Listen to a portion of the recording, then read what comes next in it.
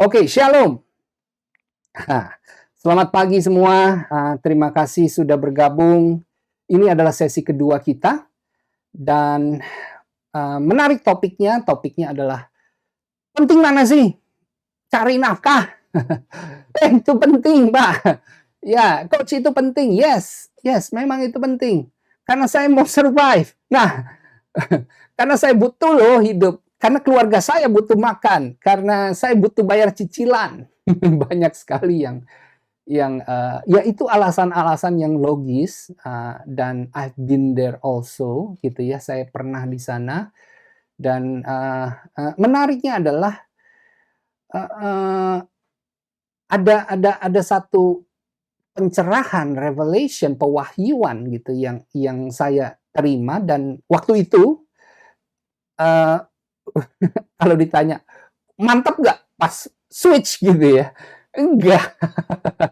Ya, nggak mantap ya, masih deg-degan, orang saya nunda-nunda gitu. Cuma ada kejadian di apa, di kantor saya yang lama begitu ya, saya agak sedikit slack dengan bos, yang akhirnya, tanda kutip, "memaksa" saya untuk resign gitu. Jadi ada faktor itunya gitu ya. Ada mungkin kalau nggak ya, aduh gitu ya, apalagi mungkin, waktu itu sekilas saya cerita ya, posisinya udah lumayan tinggi. Kayaknya kalau posisi semakin tinggi, lalu jabatannya, lalu oh ya, salary-nya, gajinya udah tinggi, kan jadi tantangan ya. Ini mau dilepas, terus mau switch ke nol gitu, kayak kayak kita mau mulai startup gitu kan. Tapi ini enggak, startup masih mending, masih tanda kutip kelihatan gitu bakal datengin uangnya. Jadi ada ganti dari gaji ke penghasilan startup gitu kan. Tapi saat keluar terus berjalan dalam panggilan yaitu ministry, pelayanan gitu kan. Kan jadi sesuatu yang apa iya gitu.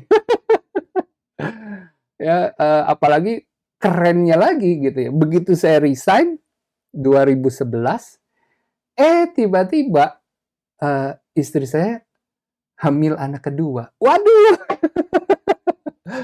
ya jadi eh, saya tahu, saya merasakan apa yang nanti saya akan bagikan. Saya merasakan sekali nggak gampang, ya. Tapi izinkan dari 2000, mungkin dari 2008 kali ya, saya mulai merenungkan firman-firman Tuhan yang berkorelasi dengan talenta, dengan panggilan hidup.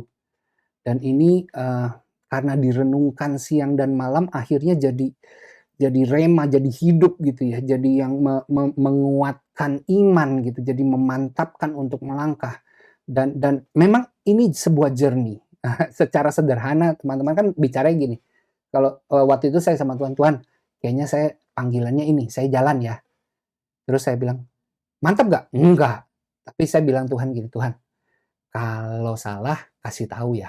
Nah, mau gimana? Ya, it's a journey soalnya.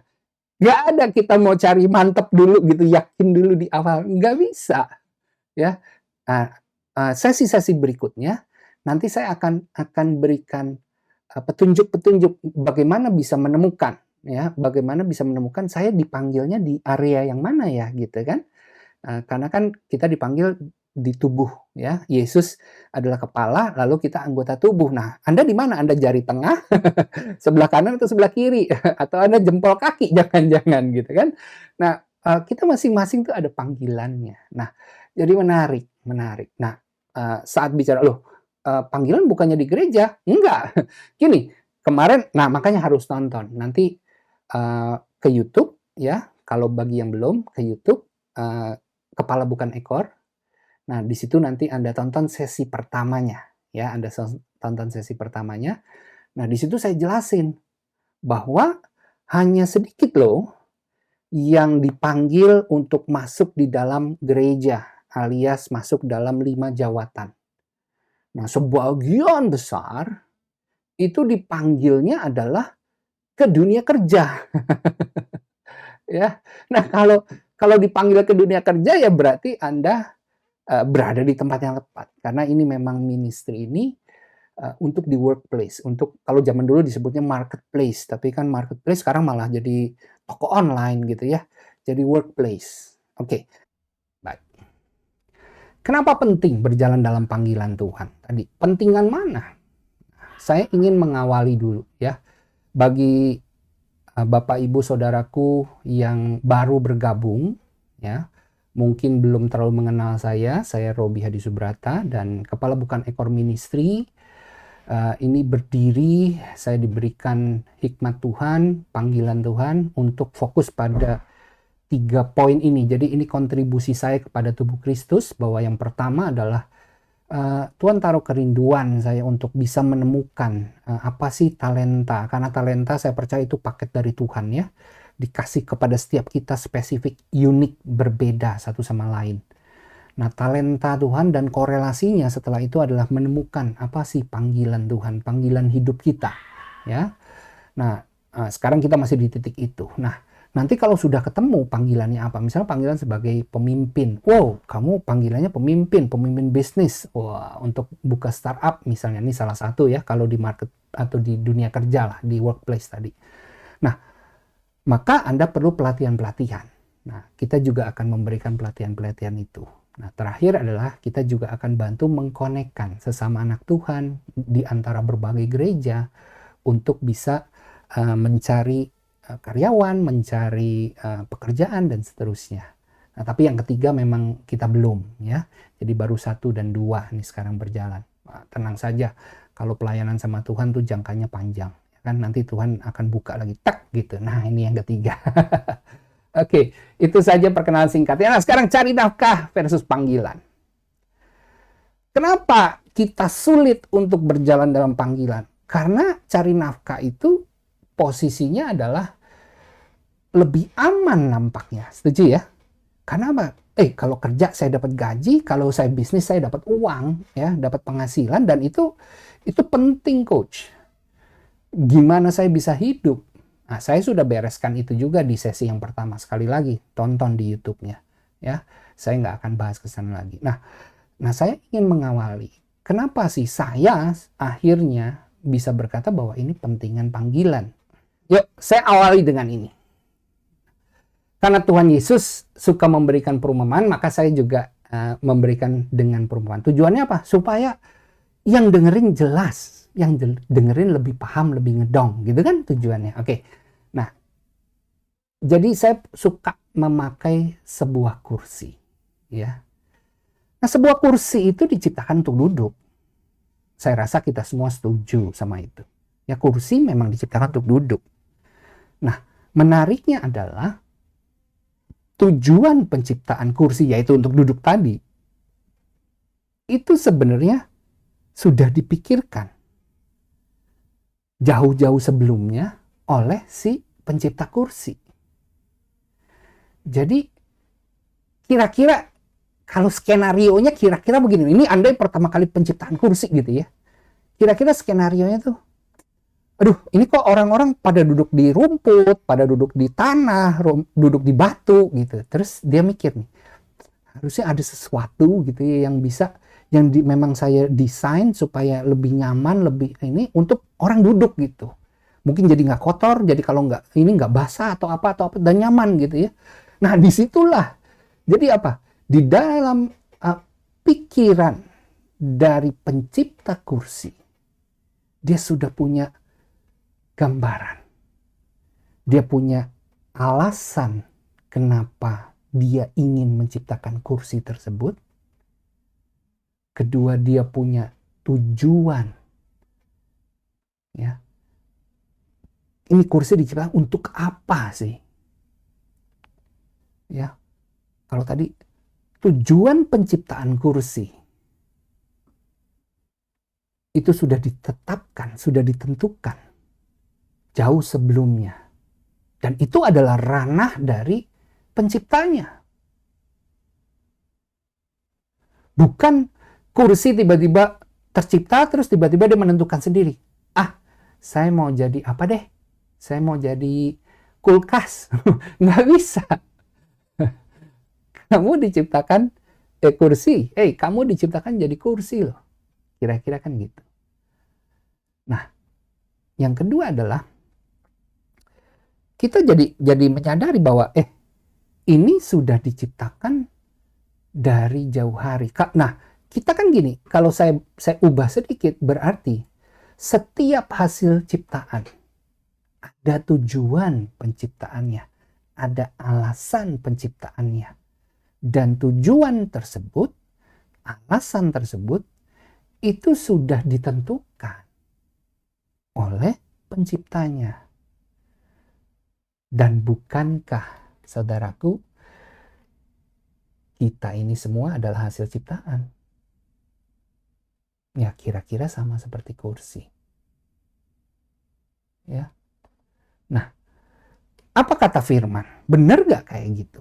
Nih, saya ambil satu dulu deh. Satu firman Tuhan yang kayaknya kita semua sudah tahu. Karena ini ceritanya Tuhan berbicara kepada Nabi Yeremia setelah beliau jadi udah berjalan gitu ya, udah dewasa, udah. Nah, Tuhan ngomong satu kebenaran yang mundur ke belakang ya, menyadarkan, mencerahkan.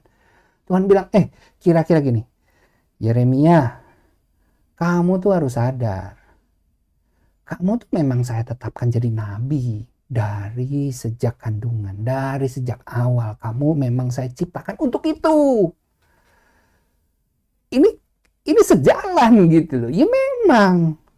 Nah, tapi sayangnya nih banyak yang salah mengambil bahwa ini kasus berarti untuk saya juga nabi. Bukan, belum tentu. Ya, ini terjadi pada Yeremia.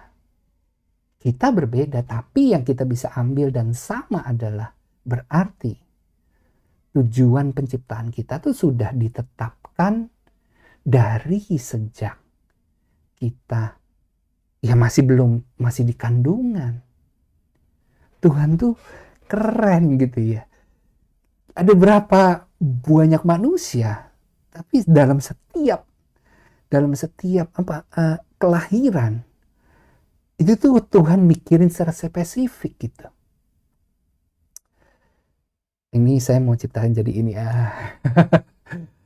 Nah, kalau kamu saya ciptakan jadi ini Wah, keren. Nah, makanya menarik ya. Ada nih contoh gitu. Saya punya temen gitu ya.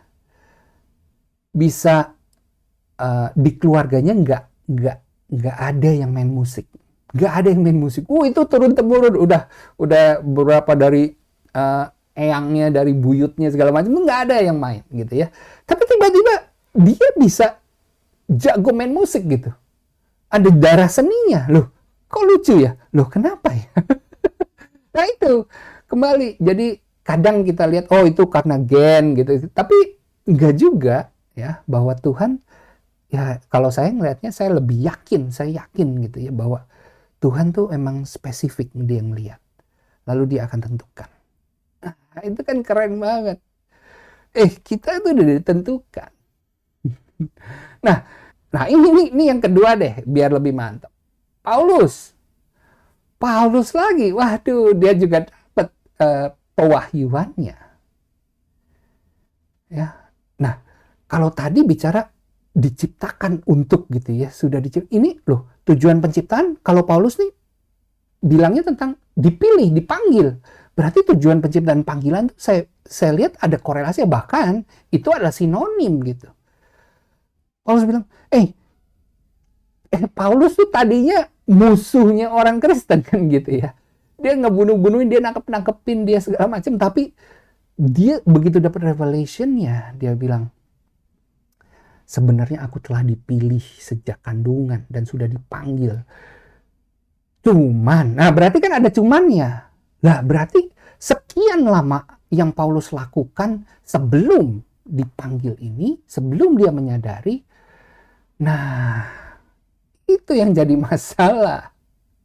Oke. Nah, akhirnya saya jadi menemukan definisi dari panggilan Tuhan.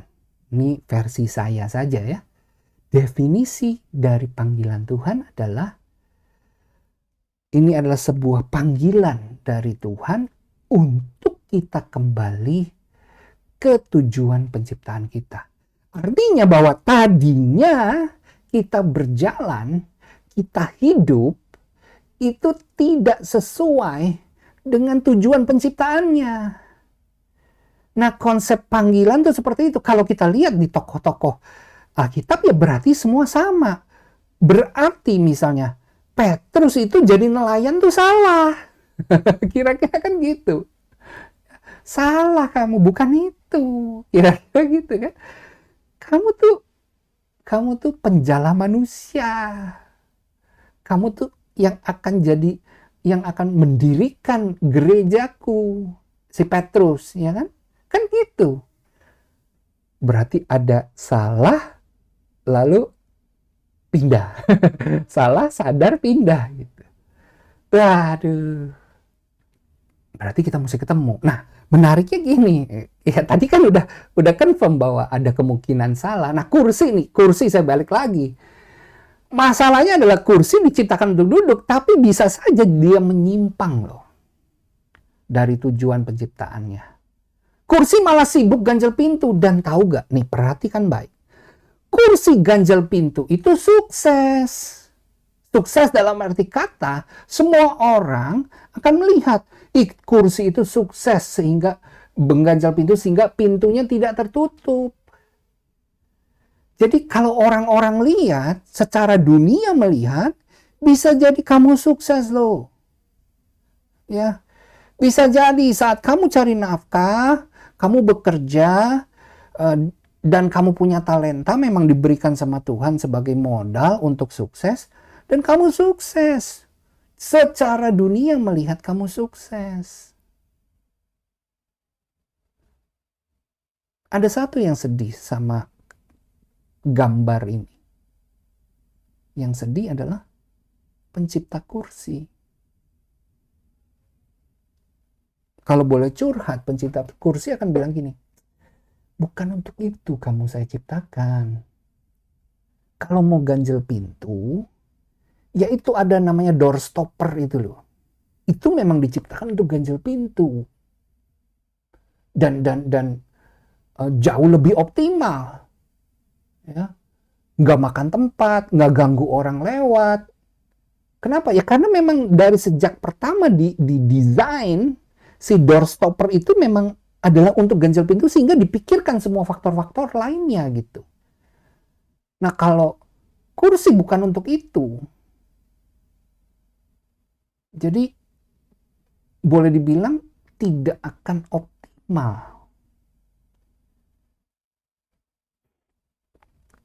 Nah, sekali lagi, jadi Bapa sedih kalau kitanya tidak berjalan sesuai tujuan penciptaan yang dikehendakinya. Bapak akan, aduh, bukan itu. Jadi tolong dilihat begini. Jangan Anda kaitkan berkat dengan, oh berarti saya sesuai nih dengan kemauan Bapak. Belum tentu. Alasan yang ada di dalam. Kenapa saya menjalani ini? Kenapa saya bekerja keras dalam bidang ini? Untuk apa? Untuk siapa? Itu jadi satu faktor yang penting. Nah, selain itu, saya juga melihat kalau kita sibuk melakukan yang lain, maka kita akan sulit meraih yang namanya hidup penuh makna. Dan hidup dengan rasa puas yang sejati. Kenapa demikian? Ya. Karena gini, setelah kita tadi korelasi yang tadi, kebenaran-kebenaran yang tadi, akhirnya saya, kalau boleh saya simpulkan adalah panggilan hidup yaitu memang satu-satunya alasan Tuhan menciptakan kita. Ya, satu-satunya alasan kursi itu ada adalah memang untuk duduk. Itulah alasan kursi diciptakan. Lampu diciptakan untuk menerangi. Dan seterusnya. Nah, gimana kita bisa punya hidup yang bermakna? Gimana kita bisa punya hidup yang puas gitu ya? Maksudnya gini, kalau saya ada satu tujuan. Misalnya saya mau pergi ke Bandung gitu. Saya mau berlibur ke Bandung. Nah, begitu sampai Bandung, saya puas. Kenapa? Ya sudah sampai. Kejadiannya, kita banyak merasakan kekosongan di situ. Kita tidak puas. Contoh. Dulu pengen punya motor. Akhirnya puji Tuhan setelah sekian lama punya motor. Puas? Sementara. Pengen punya mobil. Yes, akhirnya puji Tuhan. Tuhan memberkati punya mobil. Terus puas? Sementara. Dan itu terjadi terus. Anda pikir koruptor-koruptor yang ditangkap sama KPK itu orang miskin? Udah kaya. Udah berkuasa. Udah terkenal. Masih juga gak puas. Apalagi kalau tetangga beli mobil baru. Waduh.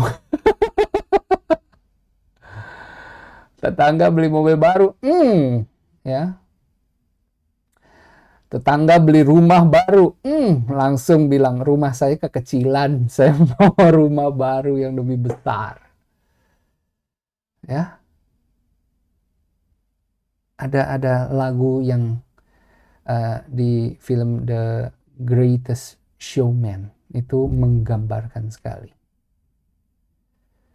Never enough. Dia bilang sampai the tower of gold. Saya sudah punya itu. The world in my hand. Sudah. Tapi at the end selalu kata-katanya never enough. Jadi saat bicara kepuasan yang sejati hanya bisa didapatkan ya saat kita sejalan dengan rencananya, saat kita setuju dengan berkata, ya Tuhan, aku mau berjalan sesuai tujuan penciptaanku. Aku menerima panggilan-Mu untuk kembali ke tujuan penciptaanku. Nah, akhirnya saya jadi melihat ada dua kesuksesan. Pertama adalah kesuksesan versi dunia. Saya sebutnya adalah kesuksesan semu tadi. Dunia menawarkan, get a job, cari nafkah. Dan kita ditawarkan semua itu. Cari bisnis, apa segala macam. Mindsetnya adalah untuk kelangsungan hidup, untuk survive. Dan saya udah jelaskan ini salah dasarnya. Ya, dasarnya karena di sesi 1 nonton di YouTube Kepala Bukan Ekor ya, sesi 1-nya di situ clear banget saya jelaskan salah, dasarnya salah. Anda tidak perlu berupaya untuk hidup, untuk kelangsungan hidup, untuk survive, untuk makan, untuk apa? Tidak, bukan untuk itu, bukan. Kebenarannya bukan itu. Nah, goalnya kalau sukses semua adalah 3. Selalu 3. Tolak ukur orang sukses di dunia itu 3. Saya temukan itu yang pertama adalah, ya dia harus punya power, punya kuasa. Semakin kamu berkuasa, semakin jabatan kamu tinggi, maka itu kamu akan dibilang sukses. Makanya banyak dari kita, termasuk anak-anak Tuhan, mengejar itu. Kita bangga begitu dipromosi, kita langsung cerita ke semua orang, kita pasang dan segala-galanya. Yes, itu adalah satu yang lazim di dunia. Itu yang dikejar. Yang kedua, jelas kekayaan.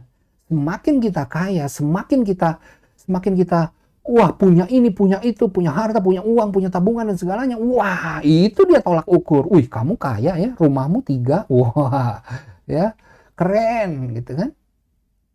Ya, kita semua ngejar itu. Terakhir adalah kemasyuran, terkenal.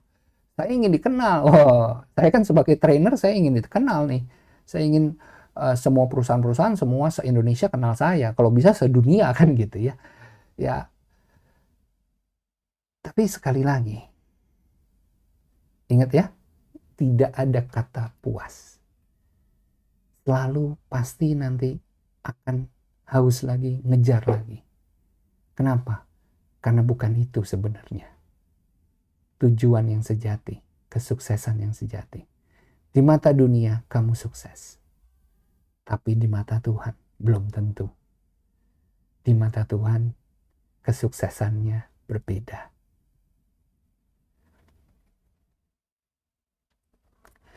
Sukses sejati adalah saat kita menemukan dan mulai berjalan, berlari mengejar panggilan Tuhan. Dan yang kita kejar adalah goal kita bukan kesuksesan duniawi. Goal kita adalah kesuksesan sorgawi. Yang tadi saya bilang, ya hidup kita akan bermakna, hidup kita akan optimal, hidup kita akan memberikan kepuasan yang sejati. Hanya jika kita berjalan sesuai tujuan penciptaan kita.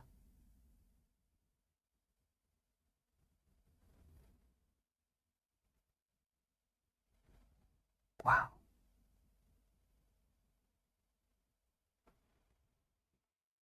Nah,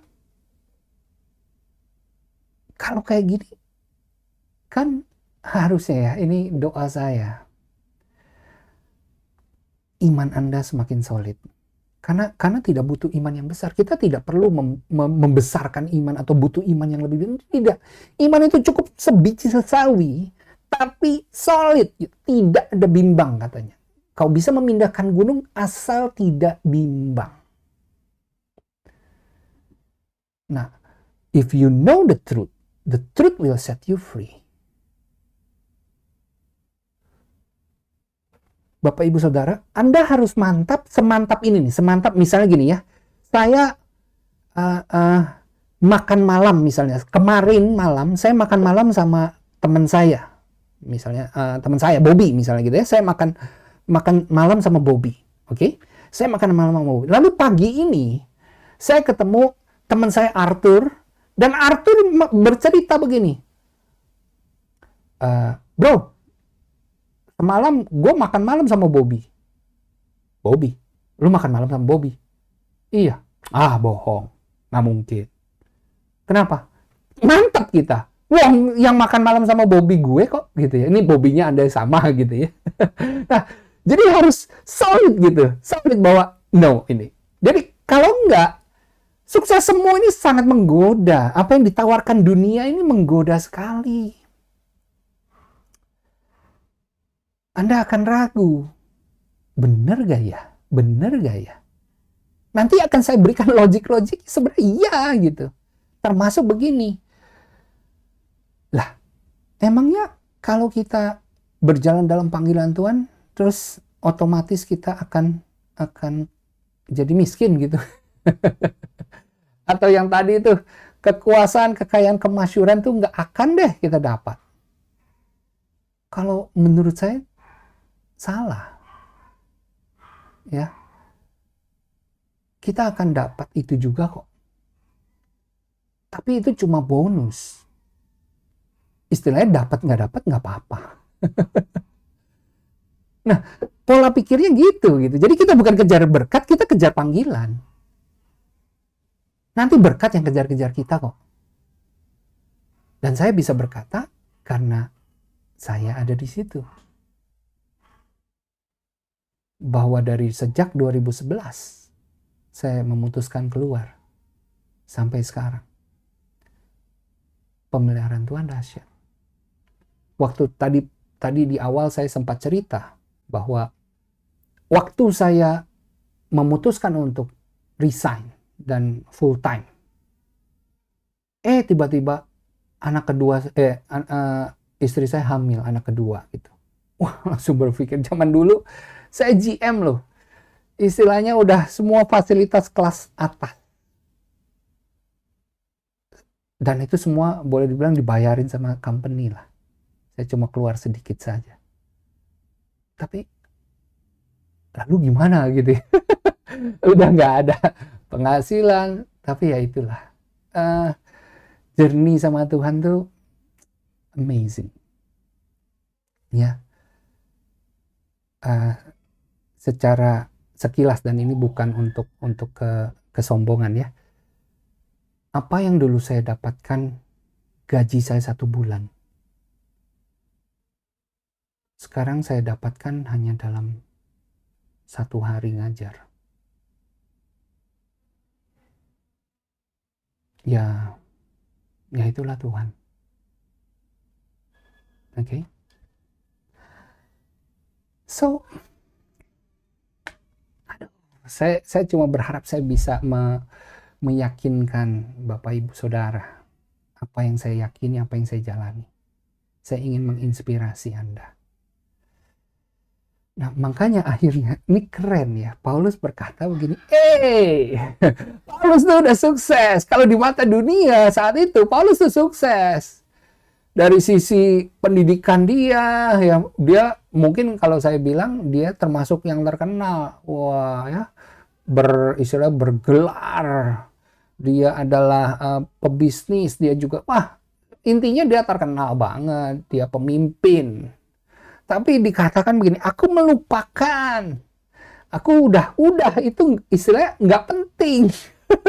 Oh, yang lalu itu nggak penting, malah sekarang aku fokus ya pada apa yang di depanku, lalu berlari, artinya aku bekerja lebih keras. Paulus juga bilang di firman lainnya, aku bekerja lebih keras daripada sebelum aku mengenal kasih karunia gitu. Aku bekerja keras mengejar panggilan. Wow. Dan bahkan ada kata-kata Paulus di ayat lainnya berkata gini, itu semua sampah yang di belakang sana, itu sampah semuanya. Waduh, keren. Ya, saya berdoa kita semua ada di titik itu satu saat. Ya, bagi Bapak Ibu yang sudah, oke. Bagi yang belum, yuk start.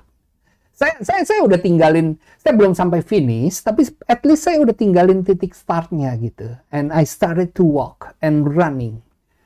So, saya berharap Anda juga yuk coba direnungkan, coba dipikirkan. Nah, nanti ikuti sesi-sesi selanjutnya untuk lebih aplikatifnya menemukan saya sebenarnya dipanggil untuk apa, karena itu pasti pertanyaan Anda sekarang gitu ya. Gue dipanggil jadi apa ya? Jadi kursi, jadi meja, jadi apa nih gitu. Ya. Nanti saya akan bukakan apa yang selama ini Tuhan kasih saya. Ya. Disclaimer. Mungkin Bapak Ibu Saudara ada gini, pemahaman akan firman Tuhan, perenungan dari setiap kita. Ya, saya rasa itu akan berlevel-level ya, setuju ya? Dan bisa jadi saya levelnya SMP, sedangkan ada Bapak Ibu Saudara yang levelnya udah universitas gitu.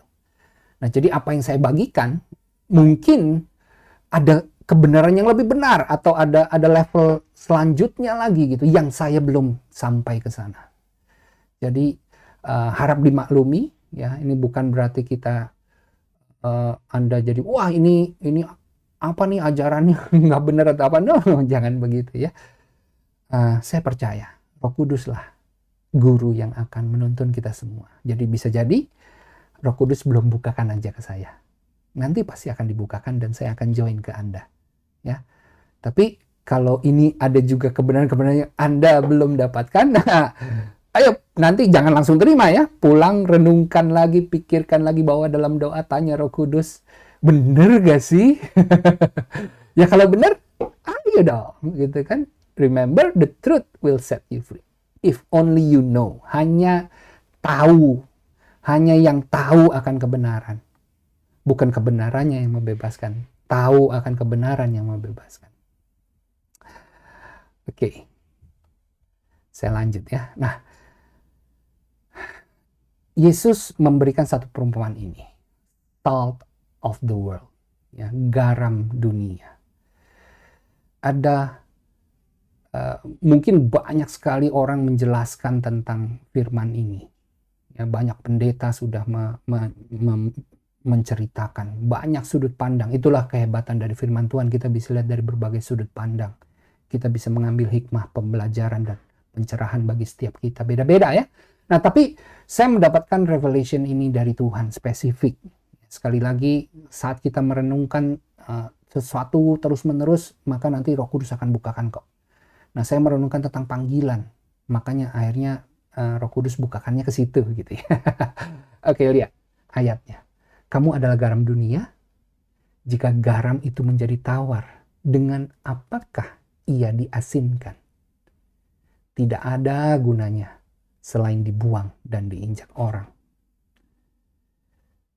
Ini Yesus ngomong.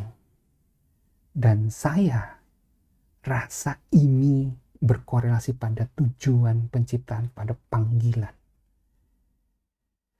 Garam, kamu tuh dipanggil, kamu tuh diciptakan, tujuannya adalah mengasinkan. Lalu Yesus bilang, kenapa kamu jadi tawar? Kenapa kamu tidak berfungsi? Kira-kira kan gitu.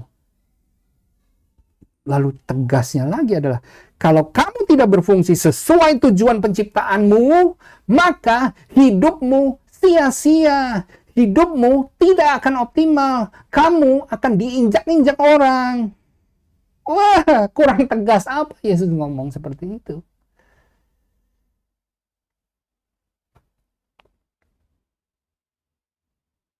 Dan saya menemukan garam bukannya sibuk mengasinkan, malah sibuk memaniskan, padahal itu punyanya gula. Sibuk memedaskan, padahal itu punyanya sambal. No, kalau kamu dipanggil garam, tugasmu mengasinkan.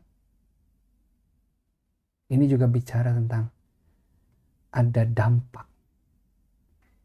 Kita diciptakan untuk berdampak.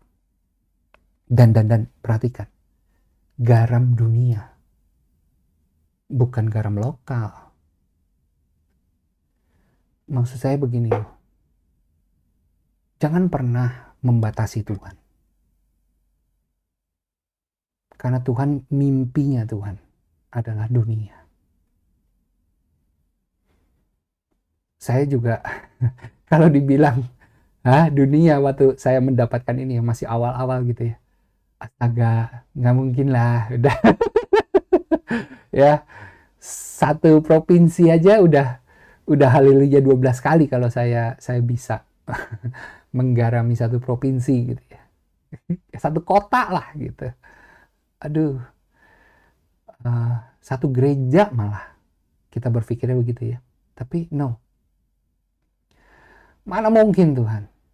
Tapi tahu gak saudara, sebelum COVID, saya ada di pedalaman Malaysia dan saya menyampaikan tentang perumpamaan kursi ini kepada sekitar 100-an refugee dari Kamboja ya, yang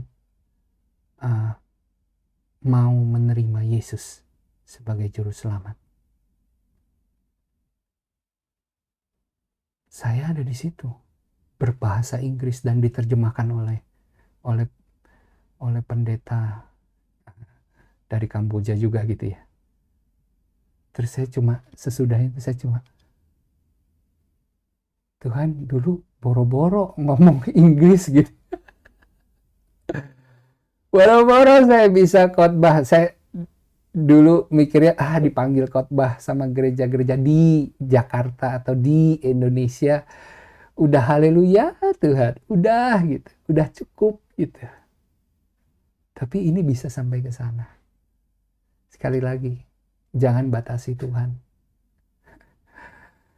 Saya langsung bertaubat gitu ya. Aduh Tuhan, saya nggak mau batasin deh.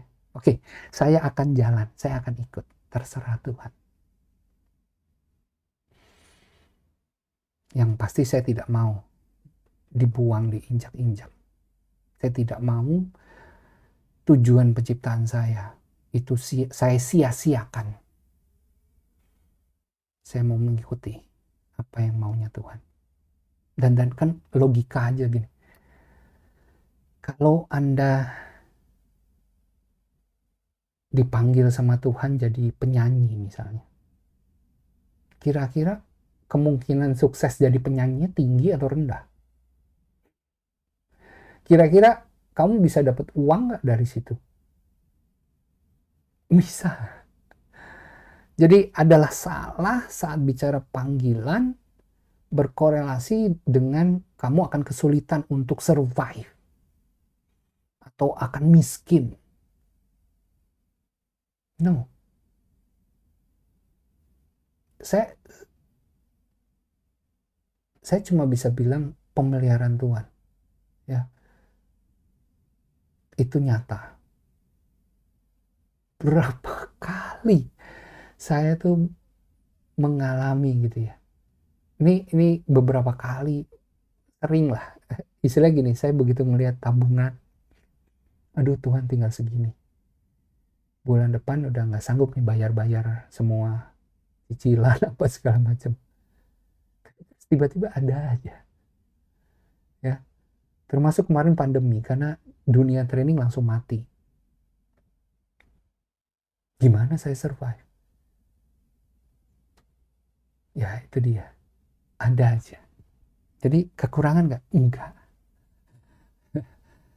Semoga ini bisa meyakinkan Anda, ya, membuat iman Anda solid. Nah, jadi ini realita yang saya pikir kita harus sadari. Jangan sampai Anda termasuk di sini. Jadi, baik, saya ingin menutupnya dengan satu quote ini. Ini quote dari Kepala Bukan Ekor yang sedemikian powerful. Ya. Setelah merenungi semua itu, saya jadi menyadari bahwa kalau kita menyadari sepenuhnya tentang kita ini cuma hasil ciptaan, di mana tujuan penciptaan kita itu telah ditentukan oleh Sang Pencipta, dan itu ranahnya. Gak bisa kita sebagai tujuan penciptaan mencoba menentukan sendiri tujuan penciptaan kita, gak bisa. Nah, kalau itu kebenarannya dan kita yes agree, maka hidup ini adalah bukan tentang aku. Hidup ini bukan tentang apa yang aku mau raih. Aku mau kaya, aku mau terkenal, aku mau berkuasa, aku mau. Semua permintaan kita dalam doa yang diawali dengan aku mau, jadi salah. Kenapa? Karena itu dasarnya salah, adalah hasil ciptaan sedang mencoba menentukan sendiri. Dan Tuhan cuma di posisi yang, Tuhan tolong dong, saya udah persepuluhan, saya udah rajin gereja, saya ini tolong dong, saya dipromosi, tolong dong, bisnis saya dilancarkan, dibesarkan. Jadi Tuhan itu cuma kayak ya jadi satpam pelindung, ya, jadi tadi bank yang memberikan uang. Kita memposisikan Tuhan di sana.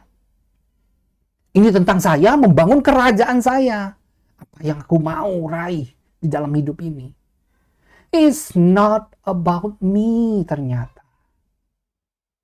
It's about God. Ini tentang apa yang Tuhan mau kita lakukan buat Dia. Karena Tuhan sudah tetapkan tujuan penciptaan jauh dari sebelum kita lahir. Spesifik satu persatu.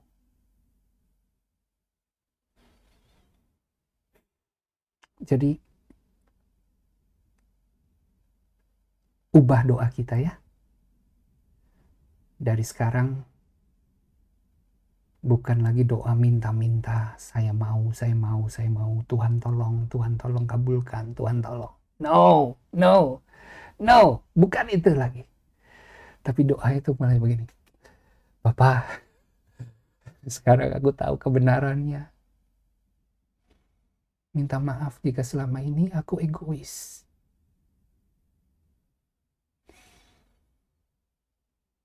Kini aku tahu, Kau telah menetapkan tujuan penciptaan untuk aku. Dan Kau sekarang memanggilku untuk kembali ke situ. So, Bapak tunjukkan kepadaku, apa ya? Apa tujuan, apa panggilan? Itu jauh lebih penting daripada semuanya. Wow. Ya, saya pikir itu untuk sesi hari ini, ya.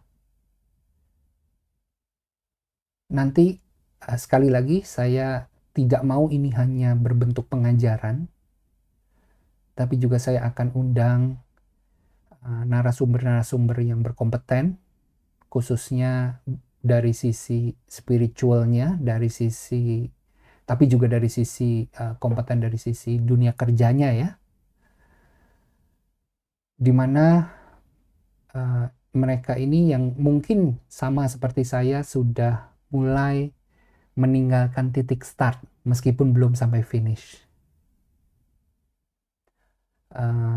Dan sharingnya, testimonialnya bukan berarti hanya yang bagus-bagus saja, bukan success story saja, tapi saya juga ingin meminta mereka untuk membagikan juga proses story-nya, membagikan juga kesulitan-kesulitan, tantangan, apapun yang mereka hadapi selama mereka memutuskan untuk berjalan.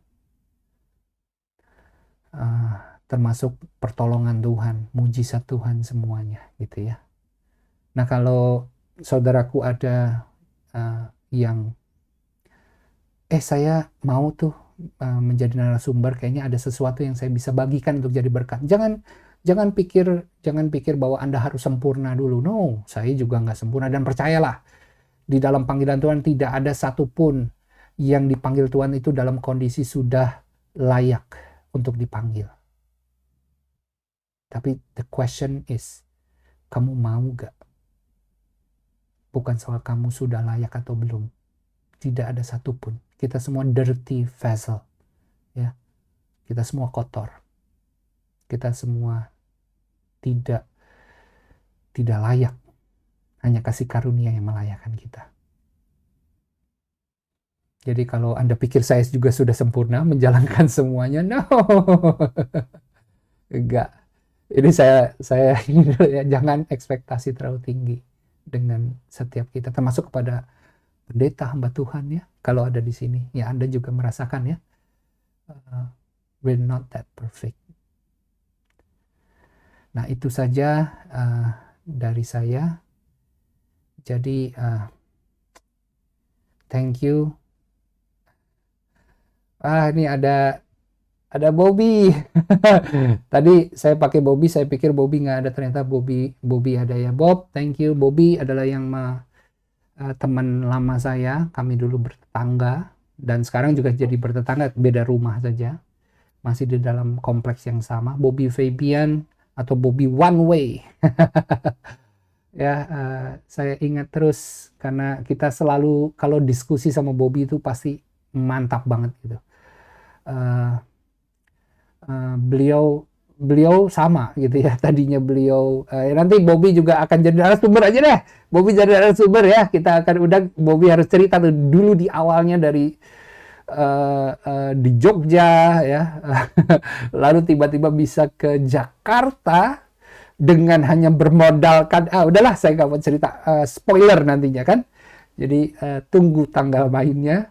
Saya akan variasikan juga, dan saya juga akan bantu. Nanti kita akan ada assessment, akan ada pemahaman tentang talenta diri, tentang fitur-fitur diri kita. Saya akan coba bagikan di sesi-sesi selanjutnya. Please setia. Jam 8 sampai jam 9, ini satu habit yang baru. Hari Sabtu kita maunya santai, kita mungkin mau ngapain, mau liburan, tapi 8 sampai 9, yuk setelah seminggu kita penat dengan segala kerjaan, bisnis, masalah-masalah di sana gitu ya.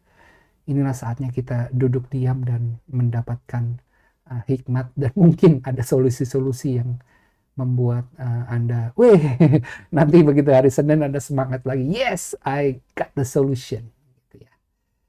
Oke, thank you. Oh iya, Bobby yang memperkenalkan saya pada GoPlay, karena Bobby sudah duluan. Ya, Bobby ada acara bagus banget. Jadi Senin sampai Jumat jam 6 pagi sampai jam 7 kita worship bareng Bobby.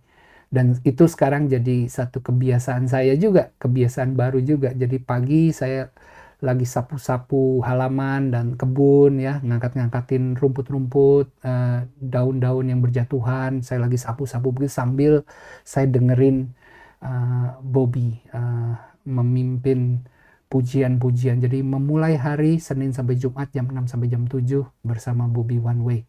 Ya, silakan join juga sama. Nah, Sabtunya jam 8 sampai jam 9. Oke.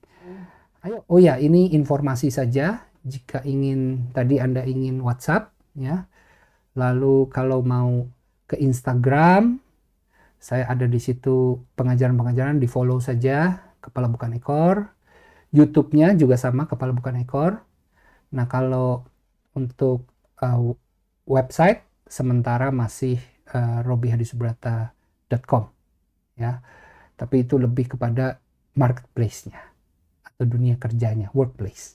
Ya, semoga apa yang saya sampaikan bisa jadi bahan perenungan. Kata-kata saya sekali lagi, jangan percaya langsung 100%, bawa dalam perenungan, buka lagi firman, tanya Roh Kudus, karena itulah guru yang sejati. Yuk kita satukan hati dalam doa untuk menutup sesi kali ini. Bapak, terima kasih atas 1 jam kami boleh mengenal Engkau lebih jauh. Kami boleh mengenal apa yang menjadi kehendak-Mu atas setiap kami. Kami jadi memahami alasan setiap kami diciptakan berbeda-beda. Dan ada tujuannya ternyata. Dan tujuan itu, it's not about me, it's about God, it's about you, it's about what you want. Ini tentang apa yang kau mau. Semua kebenaran ini biarlah merasuk ke dalam hati kami, menimbulkan iman dan pengharapan yang lebih solid lagi. Sehingga kami boleh melihat ada satu titik terang. Mungkin ada saudara, adik-adik, bapak ibu yang di sini sedang mengalami kebingungan atau sedang mengalami segala macam permasalahan ya, di dunia kerja, di bisnis. Mungkin Anda baru di PHK dan seterusnya. No worries, jangan khawatir. Ya, makanan kita adalah firman Tuhan. Dan itu yang akan membuat jadi berbeda. Kita akan dipelihara. Dan Tuhan akan tunjukkan jalan. Bapa kami selesai. Dan biarlah sesudah dari ini, berkat-Mu turun atas setiap anak-anak-Mu. Perlindungan-Mu akan menyertai mereka sepanjang minggu ini. Dan mereka boleh juga membawa banyak lagi teman-teman, banyak lagi saudara untuk join di hari Sabtu depan. Terima kasih, hanya di dalam nama Tuhan Yesus kita semua sudah berdoa.